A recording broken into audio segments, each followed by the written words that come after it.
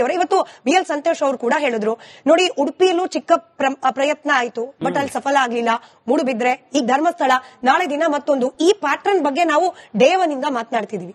But ಈ pattern ನ ಕೇವಲ ಪಾತ್ರಧಾರಿಗಳು ಮಾತ್ರ ಈಗ ಆಚೆ ಬರ್ತಾ ಇದ್ದಾರೆ, ಸೂತ್ರಧಾರಿಗಳು ಈಗಲೂ ಕೂಡ ಆಚೆ ಬಂದಿಲ್ಲ. ಈ ಪ್ಯಾಟ್ರನ್ ನ ಇವತ್ತು ನೆನ್ನೆದಲ್ಲ, ನಾವು ಇದು ಬಹಳ ಕಂಚಿಯಿಂದಲೂ ರವಿಶಂಕರ್ ಗುರೂಜಿನೂ ಬಿಟ್ಟಿಲ್ಲ, ಯಾರನ್ನೂ ಬಿಟ್ಟಿಲ್ಲ. ಅಂದ್ರೆ ಎಲ್ಲಿಗೆ ಅಂತಂದ್ರೆ ಲಾಸ್ಟ್ಗೆ ನಮ್ಮ ಇಶಾ ಫೌಂಡೇಶನ್ ವಿಚಾರದಲ್ಲಿ ಕಿಡ್ನಿ ಕಳ್ಳರು ಅಂತ ಈಗ ನೆನ್ನೆ ನೋಡ್ತೇನೆ, ನೆನ್ನೆ ಧರ್ಮಸ್ಥಳದ ವಿಚಾರದಲ್ಲಿ ಹೇಳ್ತೀವಿ ಕಿಡ್ನಿ ಕಳ್ಳರು ಅಂಗಾಂಗ ಕಳ್ತನ ಮಾಡ್ತಾರಲ್ಲಿ ಅಂತ. ಮೆಡಿಕಲ್ ಕಾಲೇಜ್ ಈ ಪ್ಯಾಟರ್ನ್ ನೋಡಿ, ಯಾವುದ್ರ ಮೇಲೆ ಅಟ್ಯಾಕ್ ಮಾಡಿದಾಗ ಯಾವ್ದು ವರ್ಕ್ ಆಗಿದೆ, ಜನಕ್ಕೆ ಯಾವ್ದನ್ನ ನಂಬಿಸ್ಲಿಕ್ಕೆ ನಾವು ಸಕ್ಸಸ್ ಆಗಿದೀವಿ, ಆಮೇಲೆ ಅವ್ರು ಅದರಿಂದ ಹೊರಗಡೆ ಬಚಾವಾಗಿ ಬಂದ ಮೇಲೆ ಇವ್ರುಗಳು ಬಂದು ಕ್ಷಮೆನೂ ಕೇಳೋದಿಲ್ಲ. ತಪ್ಪಾಗ್ಬಿಡ್ತು, ನಾವೀಗ ಮಾತಾಡಬಾರ್ದಿತ್ತು ಅಂತಾನು ಹೇಳೋದಿಲ್ಲ. ಬಿಟ್ರೆ ಅವರ ವಾದವನ್ನ ಅಷ್ಟೇ ಗಟ್ಟಿಯಾಗಿ ಹಂಗೆ ಇಡ್ತಾರೆ. ನೋಡ್ರಿ, 14ನೇ ವರ್ಷಕ್ಕೆ ಬೀಳುತ್ತೆ ನಾಡಿದ್ದು 9ನೇ ತಾರೀಕಿಗೆ ಸೌಜನ್ಯ ಸತ್ತು 14ನೇ ವರ್ಷಕ್ಕೆ ಬೀಳುತ್ತೆ. 13 ಕಂಪ್ಲೀಟ್ ಆಗುತ್ತೆ. ಇನ್ನು ಇವ್ರುಗಳು ನ್ಯಾಯ ಕೊಡಿಸುವ ನಿಟ್ಟಿನಲ್ಲಿ ಮಾಡಬೇಕಾದ ಕೆಲಸವನ್ನ ಮಾಡದೇನೆ ಬರೀ ಕೂತ್ಕೊಂಡು ಇಲ್ದಿದ್ದನ್ನೇ ಮಾತಾಡ್ಕೊಂಡು ನ್ಯಾಯ ನ್ಯಾಯ ನ್ಯಾಯ. ನಾನು ಹೇಳಿದೆ ಈಗ 9ನೇ ತಾರೀಕು ಅವ್ರದ್ದೇನೋ ಒಂದು ಕಾರ್ಯಕ್ರಮ ಇದೆ, ಮಾಡ್ತಿದ್ದಾರೆ. ನೋಡಿದೆ ಒಂದಿಷ್ಟು ಹೋರಾಟಗಾರಲ್ಲ ಎಲ್ಲ ಹೊರಟಿದ್ದೀರಿ, ಹೊರಡಿ. ನೀವು ಹಂಗ ಹೊರಡೋತ್ತಿಗೆ ಕುಸುಮಾವತಿ ಅವ್ರನ್ನ ಕರ್ಕೊಂಡು ಕೋರ್ಟ್ ಕಡೆ ಹೊರಡಿಯಲ್ಲ, ಕುಸುಮಾವತಿನ ಕರ್ಕೊಂಡು ಕೋರ್ಟ್ ಹೊರಡಿಯಲ್ಲ. ಹಂಗೆ ಬೇಡ, ನಾವಿಲ್ಲಿ ಕೂತ್ಕೋತೀವಿ, ನಾವು ಬಾಯಿಗೆ ಬಂದಂಗೆ ಹೇಳ್ತೀವಿ. ಅದ್ ನಾಳೆ ಸುಳ್ಳಾಗುತ್ತಾ, ಸೈಲೆಂಟ್ ಆಗ್ಬಿಡ್ತೀವಿ ಅಷ್ಟೇ. ನಾವು ಅಷ್ಟೇ. ಅದ್ರ ಬಗ್ಗೆ ಮತ್ತೆ ನಾವು ಅದಕ್ಕೆ ಡೆಫಿನೇಷನ್ ಕೊಡೋದು, ಅದಕ್ಕೆ ಕ್ಲಾರಿಟಿ ಕೊಡೋದು, ಅವೆಲ್ಲ ನಾವು ಮಾಡಲ್ಲ.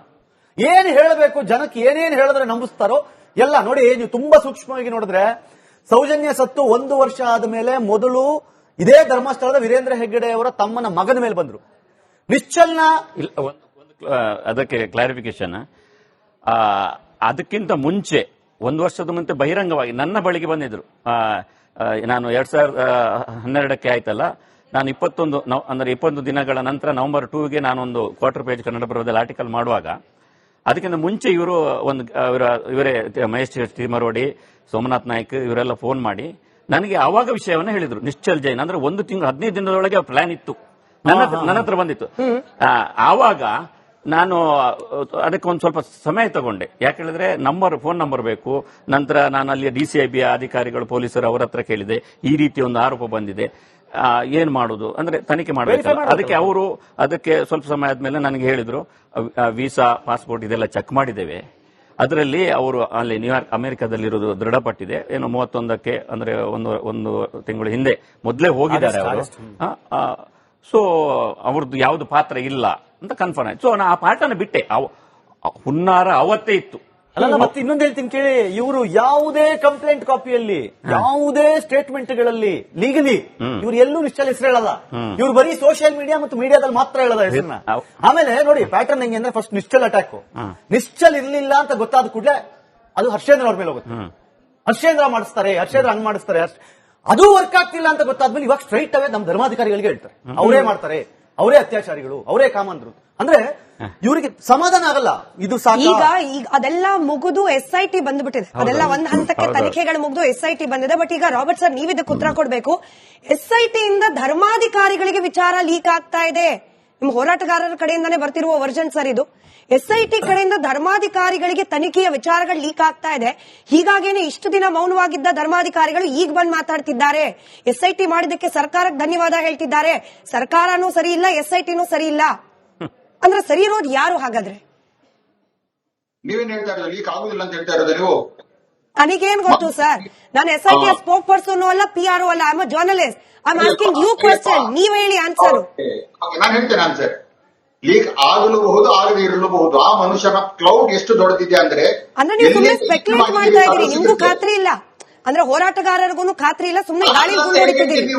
ಲೀಕ್ ಆಗಿರಬಹುದು. ಈಗ ಒಬ್ಬ ಹೇಳ್ತಾನೆ ಲೀಕ್ ಆಗಿದೆ ಅಂತ ಹೇಳಿ, ನೀವು ಹೇಗೆ ಹೇಳ್ತೀರಿ ಅದನ್ನು? ಅನ್ಲೆಸ್ ಯು ಆರ್ ಶೂರ್, ಹೇಗೆ ಅಲ್ಲ ಅಂತ ಹೇಗೆ ಹೇಳ್ತೀರಿ?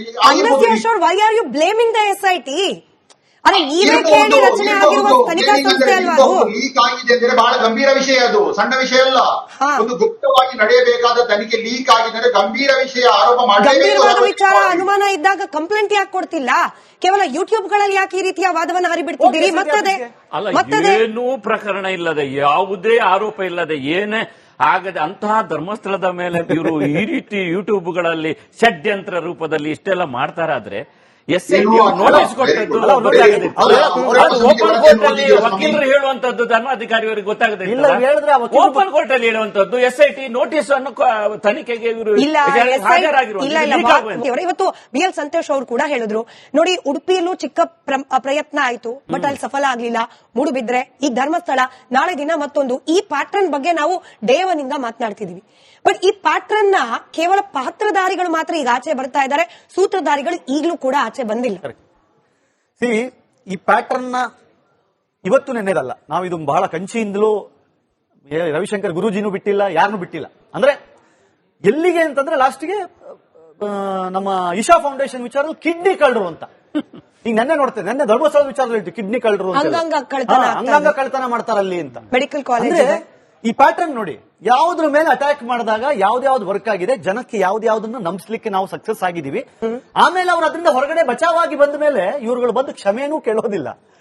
ತಪ್ಪಾಗ್ಬಿಡ್ತು, ನಾವೀಗ ಮಾತಾಡಬಾರ್ದಿತ್ತು ಅಂತಾನೂ ಹೇಳೋದಿಲ್ಲ. ಬಿಟ್ರೆ ಅವರ ವಾದವನ್ನ ಅಷ್ಟೇ ಗಟ್ಟಿಯಾಗಿ ಹಂಗೆ ಇಡ್ತಾರೆ.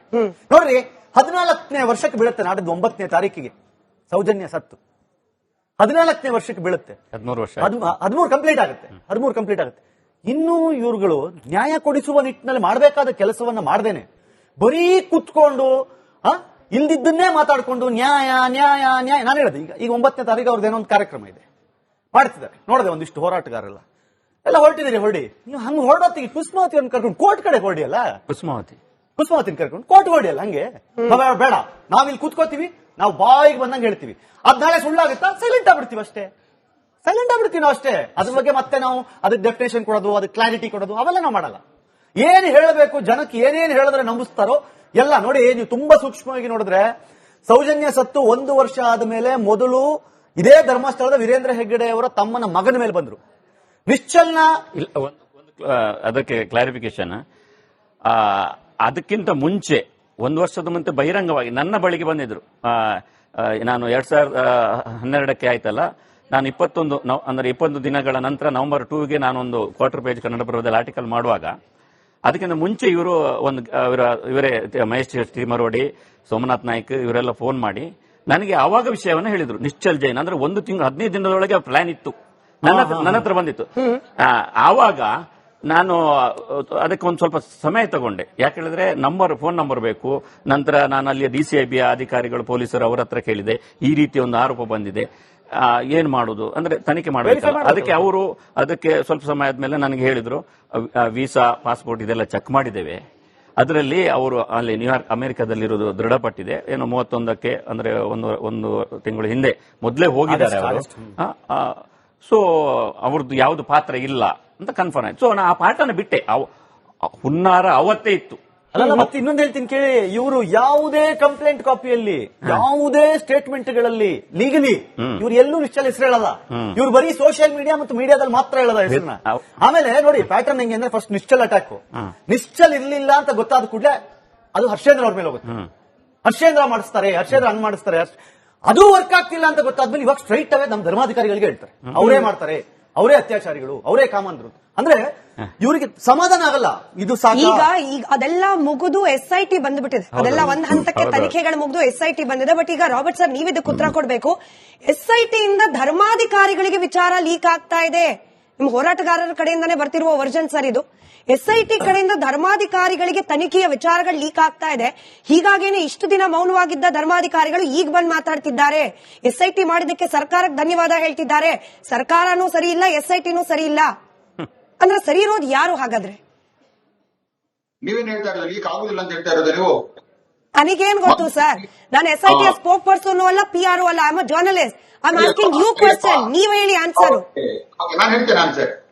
ಲೀಕ್ ಆಗಲೂಬಹುದು, ಆಗದೇ ಇರಲೂಬಹುದು. ಆ ಮನುಷ್ಯನ ಕ್ಲೌಡ್ ಎಷ್ಟು ದೊಡ್ಡದಿದೆ ಅಂದ್ರೆ ನೀವು ಸುಮ್ಮನೆ ಸ್ಪೆಕ್ಯುಲೇಟ್ ಮಾಡ್ತಾ ಇದ್ದೀರಿ, ನಿಮ್ಗೂ ಖಾತ್ರಿ ಇಲ್ಲ. ಅಂದ್ರೆ ಹೋರಾಟಗಾರರಿಗೂ ಖಾತ್ರಿ ಇಲ್ಲ, ಸುಮ್ಮನೆ ಗಾಳಿ ಹೊಡಿತಿದ್ದೀರಿ. ಲೀಕ್ ಆಗಿರಬಹುದು. ಈಗ ಒಬ್ಬ ಹೇಳ್ತಾನೆ ಲೀಕ್ ಆಗಿದೆ ಅಂತ ಹೇಳಿ, ನೀವು ಹೇಗೆ ಹೇಳ್ತೀರದನ್ನು? ಅನ್ಲೆಸ್ ಯು ಆರ್ ಶೂರ್, ಹೇಗೆ ಅಲ್ಲ ಅಂತ ಹೇಗೆ ಹೇಳ್ತೀರಿ? Why are you blaming the SIT? ಅರೆ ನೀವೇ ಕೇಳಿ ರಚನೆ ಆಗಿರುವ ತನಿಖಾ ಸಂಸ್ಥೆ ಅಲ್ವಾ ಅದು? ಲೀಕ್ ಆಗಿದೆ ಅಂದ್ರೆ ಬಹಳ ಗಂಭೀರ ವಿಷಯ, ಅದು ಸಣ್ಣ ವಿಷಯ ಅಲ್ಲ. ಒಂದು ಗುಪ್ತವಾಗಿ ನಡೆಯಬೇಕಾದ ತನಿಖೆ ಲೀಕ್ ಆಗಿದೆ ಗಂಭೀರ ವಿಷಯ, ಆರೋಪ ಗಂಭೀರವಾದ ವಿಚಾರ. ಅನುಮಾನ ಇದ್ದಾಗ ಕಂಪ್ಲೇಂಟ್ ಯಾಕೆ ಕೊಡ್ತಿಲ್ಲ? ಕೇವಲ ಯೂಟ್ಯೂಬ್ ಗಳಲ್ಲಿ ಯಾಕೆ ಈ ರೀತಿಯ ವಾದವನ್ನು ಹರಿಬಿಡ್ತಿದ್ದೀರಿ? ಮತ್ತದೇ ಏನೂ ಪ್ರಕರಣ ಇಲ್ಲದೆ, ಯಾವುದೇ ಆರೋಪ ಇಲ್ಲದೆ, ಏನೇ ಹಾಗಾದ್ರೆ ಅಂತಹ ಧರ್ಮಸ್ಥಳದ ಮೇಲೆ ಇವರು ಈ ರೀತಿ ಯೂಟ್ಯೂಬ್ಗಳಲ್ಲಿ ಷಡ್ಯಂತ್ರ ರೂಪದಲ್ಲಿ ಇಷ್ಟೆಲ್ಲ ಮಾಡ್ತಾರಾದ್ರೆ SIT ನೋಟಿಸ್ ಕೊಟ್ಟದ್ದು ಗೊತ್ತಾಗದೆ ಓಪನ್ ಕೋರ್ಟ್ ಅಲ್ಲಿ ವಕೀಲರು ಹೇಳುವಂತದ್ದು ಧರ್ಮಾಧಿಕಾರಿಯವರಿಗೆ ಗೊತ್ತಾಗದೆ ಇಲ್ಲ, ಹೇಳಿದ್ರೆ ಆ ವಕೀಲರು ಓಪನ್ ಕೋರ್ಟ್ ಅಲ್ಲಿ ಹೇಳುವಂತದ್ದು SIT ನೋಟಿಸ್ ಅನ್ನು ತನಿಖೆಗೆ ಇವರು ಇಲ್ಲ, ಹಾಜರಾಗಿರುವಂತದ್ದು ಇಲ್ಲ, leak ಆಗುವಂತದ್ದು.